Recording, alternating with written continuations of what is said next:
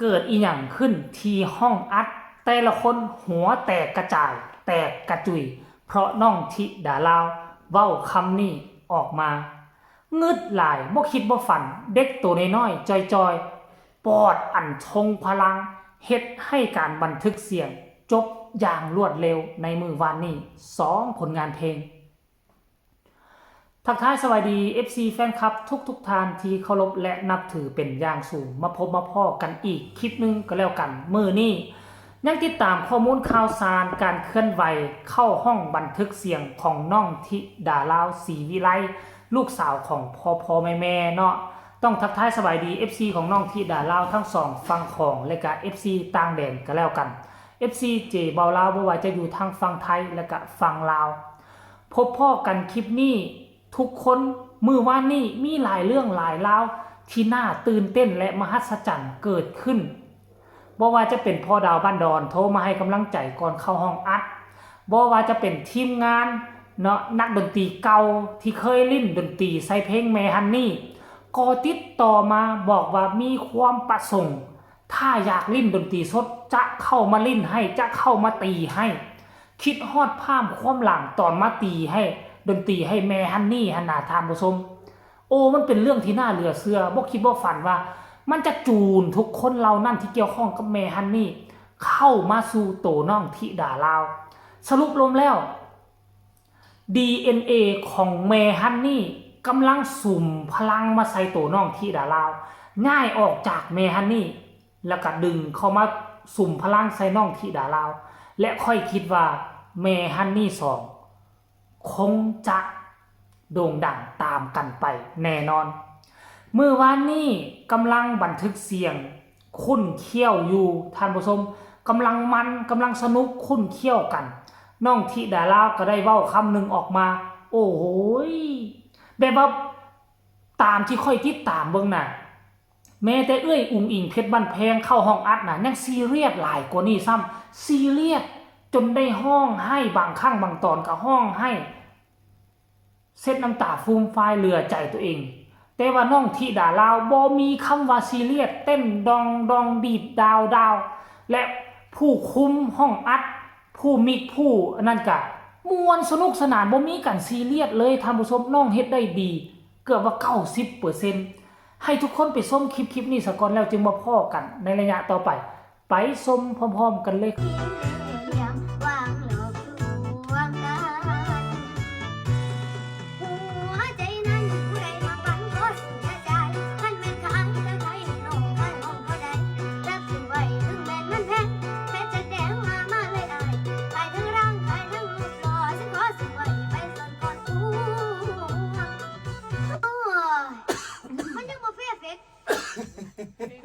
เราพัฒนาถึงเลยพัฒนาขึ้น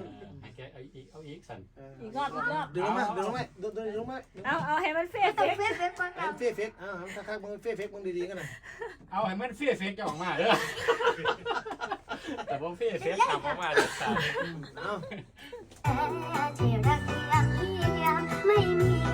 เลี่ยมวางหลอกลวงกันหัวใจนั้นผู้ใดทักปันขอเสียใจท่านแม่นขายก็ขายหนุ่มขายองค์ก็ได้จับซื้อไว้ถึงแม่นมันแพงขายจะแกงมาเลยได้ขายทั้งร่างขายทั้งรูปหล่อที่ขอซื้อไว้ไปสอนก่อนผู้ไอ้นี่ดีสมบูรณ์เลยแบบนี้แม่จะเฟี้ยเฟก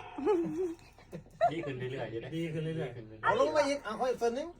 เอาอีกเส้นยิงนึงดีป่ะมาโอ้ยยุบเฟี้ยเฟกพ่อยุบเฟกบอลพ่อวันนี้เฟกท่านมาขึ้นเครื่องบินกับเอิ้นเอียอันยังเกาะเอียเพื่อนไม่ต้องขอน้ำเลยผมกินน้ำเย็นไม่ใช่ตลอดกินน้ำร้อนตลอดหัวใจนั้นผู้ใดทำปันขอเสียใจ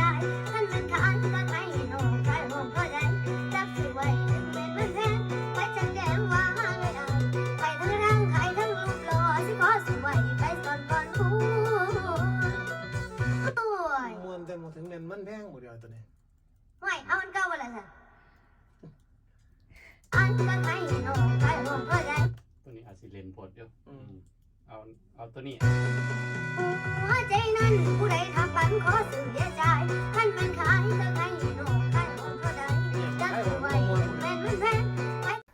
สังเกตเบิ่งแล้วซุมเจ้ารูปร่างน้องธิดาลาวก็บ่แตกต่างหยังกับรูปร่างแม่ฮันนี่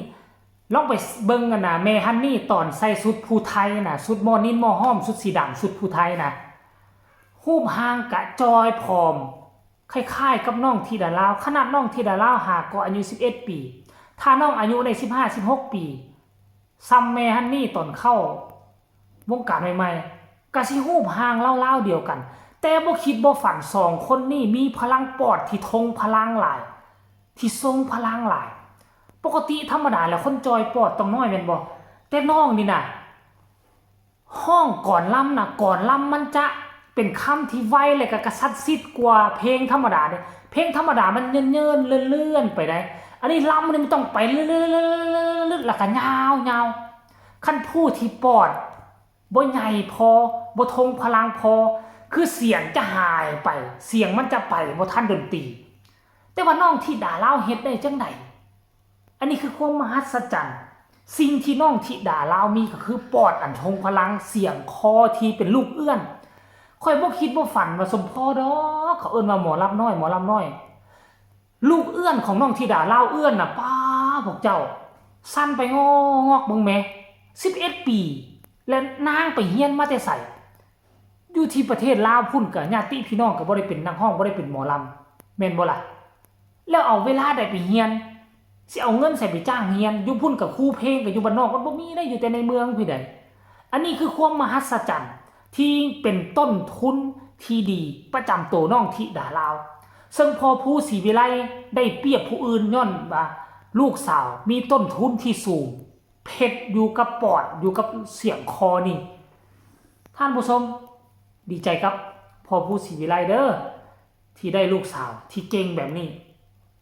คลิปนี้ถูกโพสต์ลงไปบ่กี่เท่าใดชั่วโมงท่านผู้ชมคนเข้ามากดไลค์ 3,000 ครั้งโอ้ยคอมเมนต์ก็เกือบ200คนกดแชร์ก็เกือบ100ละเนละนานเลยคนกดแชร์น่ะเฮ้ยเดี๋ยวไปอ่านคอมเมนต์นี่เด้อ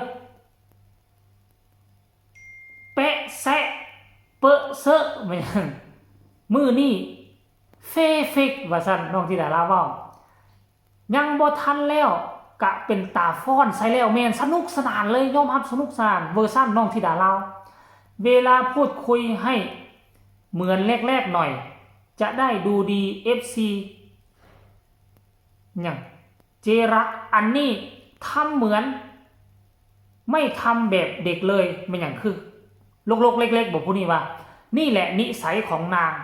กล้าแสดงออกกล้าพูดกล้าถามพ่อภูแม่พึ่งยายรุนต้องบอกสอนเอาเด้อครับคิดว่าไม่เกินความสามารถของอาจารย์ภูแม่พึ่งยายรุนนางกับคนปกลกเป๊กเล็กกล้าเว้ากล้าว่าบางครั้งก็เบิ่งแล้วอาจจะบ่มีมารยาทแต่ต้องเข้าใจได้เด็กอายุ11ปีจะเอามารยาทมาใส่กับเด็ก11ปีมันก็คงเป็นไปบ่ได้อันนี้บางคนตำหนิติเตือนมาบางที่เขาก็ติเพื่อกอเด้อไปปรับปรุงแก้ไขเอาท่านผู้ชมเอาคลิปนี้ก็น่าจะฝากฟังเอาไว้ซ้ำนี่ล่ะพบกันใหม่ในคลิปหน้าสบายดี